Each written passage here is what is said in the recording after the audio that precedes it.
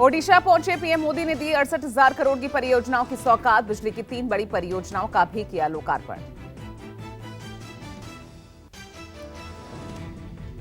ओडिशा के संबलपुर में एक सभा को संबोधित करते हुए पीएम ने कहा कि 2014 से पहले कांग्रेस के नेता ओडिशा आते थे तो वो काला हांडी जाते थे और आदिवासी बस्ती में जाकर तस्वीरें खिंचवाते थे।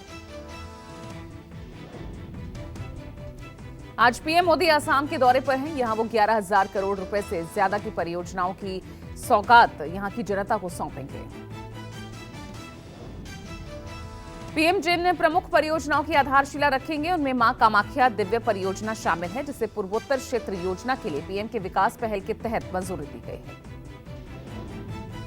प्रधानमंत्री 3400 करोड़ रुपए से ज्यादा की लागत की कई सड़क उन्नयन परियोजनाओं की आधारशिला भी रखेंगे, जिनमें 38 पुल समेत 43 सड़कें शामिल हैं। इससे पहले पीएम मोदी ओडिशा से देर शाम असम पहुंचे, जहां दिए जलाकर उनका स्वागत किया गया। इस दौरान कई सांस्कृतिक कार्यक्रमों का भी आयोजन हुआ। पीएम मोदी जैसे ही असम एयरपोर्ट पर उतरे, उनका स्वागत राज्य के मुख्यमंत्री हेमंता बिस्वा शर्मा ने किया।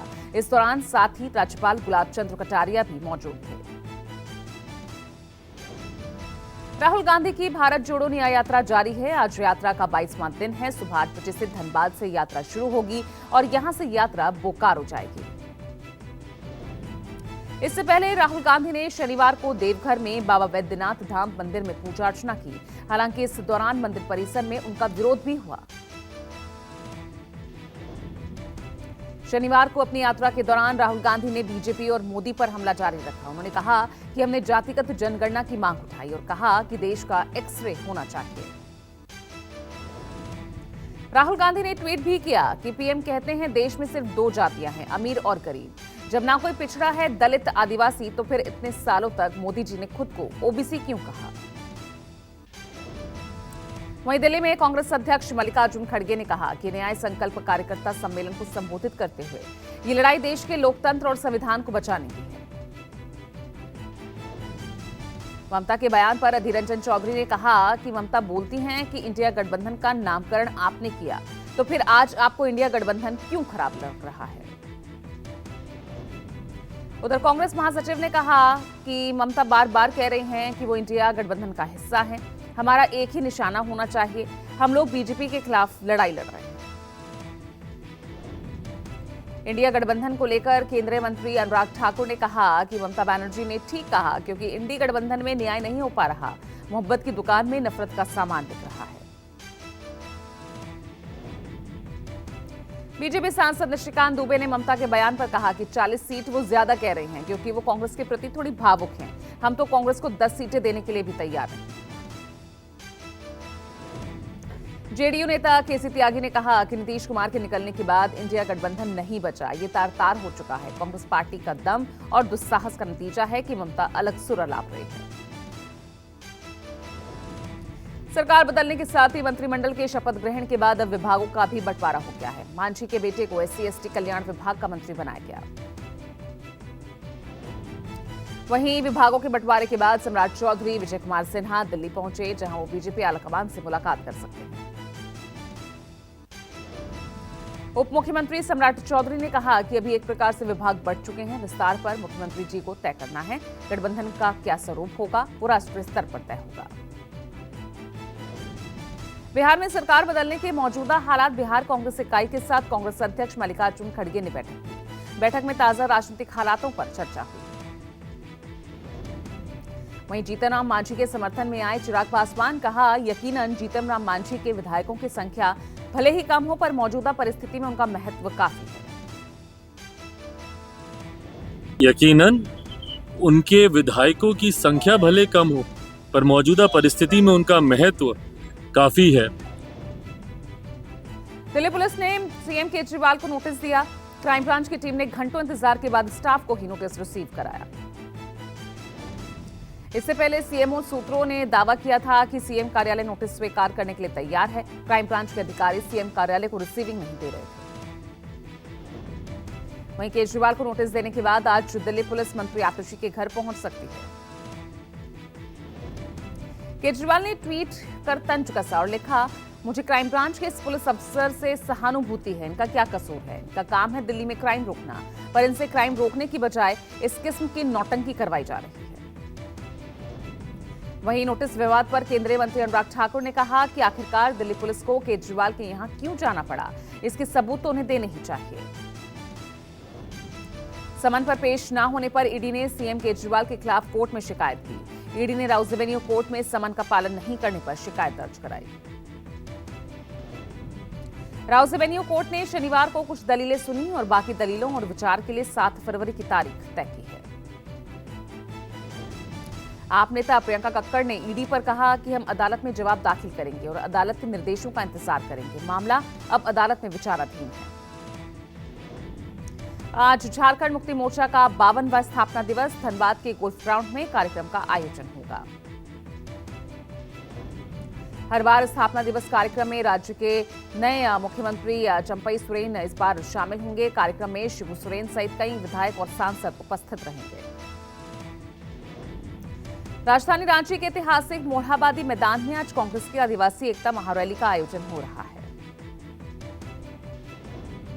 लालकृष्ण आडवाणी को भारत रत्न सम्मान देने का ऐलान। पीएम मोदी ने सोशल मीडिया पर दी जानकारी। पीएम ने ट्वीट कर कहा, देश के विकास में आडवाणी जी का बड़ा योगदान। भारत रत्न के ऐलान के बाद आडवाणी ने कहा, अत्यंत विनम्रता और कृतज्ञता के साथ मैं भारत रत्न स्वीकार करता हूं। ये उन आदर्शों सिद्धांतों का सम्मान है जिनसे मैंने अपनी पूरी क्षमता से जीवन भर सेवा की। लालकृष्ण आडवाणी को भारत रत्न से सम्मानित किए जाने के ऐलान के बाद वरिष्ठ बीजेपी नेता मुरली मनोहर जोशी उनसे मिलने के लिए उनके घर पहुंचे। वहीं एआईएमआईएम चीफ ओवैसी ने तंज कसा। एक्स पर पोस्ट कर लिखा, लालकृष्ण आडवाणी के लिए भारत रत्न उचित है। हिंसा में जान गंवाने वाले भारतीयों की कब्रें और सीढ़ियों के अलावा और कुछ नहीं। देहरादून में उत्तराखंड के मुख्यमंत्री पुष्कर सिंह धामी ने राज्य सचिवालय में कैबिनेट मीटिंग की। इस बैठक में यूसीसी समेत कई अहम मुद्दों पर चर्चा हुई। बैठक के बाद सीएम ने कहा, कई मुद्दों पर चर्चा हुई। इस सत्र में हम यूसीसी लाएंगे। जो भी औपचारिकता है पूरी की जा रही है। इस सत्र में हम यूसीसी लाएंगे। ये पहले से हम लोगों ने तय किया हुआ है, उसका परीक्षण कर रहे हैं। जो भी औपचारिकताएं हैं पूरी कर रहे हैं। इसके बाद हम लोग अन्य एक कैबिनेट और करेंगे। दिल्ली के विज्ञान भवन में पीएम मोदी ने कॉमनवेल्थ लीगल एजुकेशन एसोसिएशन के सम्मेलन का उद्घाटन किया। कहा, बेहतर समझ बेहतर तालमेल लाती है। बेहतर तालमेल तेजी से न्याय मिलता है। पीएम ने कहा, कभी कभी एक देश में न्याय सुनिश्चित करने के लिए अन्य देशों के साथ काम करने की आवश्यकता होती है। कोलकाता में केंद्रीय मंत्री अश्विनी वैष्णव ने कहा, राज्य सरकार से भूमि अधिग्रहण कानून व्यवस्था बनाए रखने में सपोर्ट मिले तो बंगाल में तेजी से हो सकती है प्रगति। बीजेपी सांसद लॉकेट चटर्जी ने कहा, जब से इंडिया गठबंधन बना है तभी से ये सभी लोग अपने अपने स्वार्थ के लिए एक साथ आए हैं। ईडी सीबीआई से बचने के लिए टीएमसी ने भी हाथ पकड़ लिए। पश्चिम बंगाल की सीएम ममता बनर्जी के बयान पर सांसद दानिश अली ने कहा, राज्यों में अलग लड़ाई होती है, बंगाल और पंजाब की स्थिति अलग है। आंध्र प्रदेश के विशाखापट्टनम में रक्षा मंत्री राजनाथ सिंह आईएनएस संधायक को लॉन्च किया। कोलकाता में बनाए गए पोत में 80% कल पुर्जे हैं स्वदेशी। रक्षा मंत्री राजनाथ सिंह ने आईएनएस संधायक के कमिश्निंग समारोह में कहा, नापाक गतिविधियां करने वालों को सागर के तल से भी ढूंढ निकालेंगे। लोग नेफेरियस यानी नापाक गतिविधियां नेफेरियस एक्टिविटीज कर रहे हैं, उन्हें हम सागर के तल से भी ढूंढ निकालेंगे और कठोर। बिहार के भागलपुर से अजीबोगरीब मामला सामने आया। बीच सड़क पर पुलिस की गाड़ी को हथकड़ी में बंद कर कैदी धक्का मारते नजर आए। धक्का मारने वाले लोग शराब पीने की वजह से गिरफ्तार हुए थे। बताया जा रहा है कि उत्पाद विभाग की गाड़ी अचानक बंद हो गई, जिसके बाद कैदियों ने ही गाड़ी को धक्का मारकर कोर्ट तक पहुंचाया। पुलिस ने आरोपी विधायक गणपत गायकवाड़ समेत 3 लोगों को गिरफ्तार किया। 3 अभी भी फरार। उल्लासनगर फायरिंग पर थाने के एसीपी दत्ता शिंदे का बयान। कहा, विधायक गणपत गायकवाड़ ने महेश गायकवाड़ और राहुल पाटिल पर फायरिंग की। कल यहाँ पे पुलिस स्टेशन में फायरिंग हुआ था, जिसका कारण शुरुआत जो है वो दावली गांव की जो जमीन है उसके डेवलपमेंट के आगे। देश के कई राज्यों में ठंड, कोहरे और बारिश का सिलसिला जारी है। दिल्ली में सर्द हवाओं के बीच हल्का कोहरा, ठंड से बचने के लिए अलाव का सहारा ले रहे लोग। दिल्ली एनसीआर समेत उत्तर भारत में ठंड का उतार चढ़ाव जारी, बारिश के बाद कंपकपी बढ़ी। मौसम विभाग के मुताबिक अगले 2 से 3 दिनों तक ठंड और बढ़ सकती है। दिल्ली एनसीआर में आज भी बारिश का अलर्ट। शीतलहर की चपेट में हरियाणा और पंजाब, राजस्थान के कई इलाकों में हल्की ओलावृष्टि भी हो सकती है। पश्चिम बंगाल के मुर्शिदाबाद में घना कोहरा छाया, घने कोहरे की वजह से विजिबिलिटी काफी कम है। जम्मू कश्मीर में खत्म हुआ बर्फ का सूखा, राजौरी में कई दिनों की बर्फबारी के बाद सफेद हैं पहाड़। उत्तराखंड और जम्मू कश्मीर में अगले 2 दिन भारी बर्फबारी के आसार, हिमाचल प्रदेश में अगले 3 दिन तक बर्फबारी की संभावना। मौसम विभाग की माने तो राजस्थान, मध्य प्रदेश, उत्तर प्रदेश, बिहार, पंजाब, हरियाणा में आज हो सकती है बारिश। शिमला के नारकंडा में ताजा बर्फबारी हुई, नारकंडा की सड़कों पर कई फीट की बर्फ जमी, कारोबारियों ने बर्फबारी होने के बाद पर्यटन बढ़ने की उम्मीद जताई। हिमाचल प्रदेश के डलहौजी घूमने पहुंचे पर्यटकों की चांदी हुई, पर स्थानीय लोग परेशान। जम्मू कश्मीर के पीर पंजाल माउंटेन रेंज के इलाकों में बर्फबारी, बर्फ हटाने का काम जारी।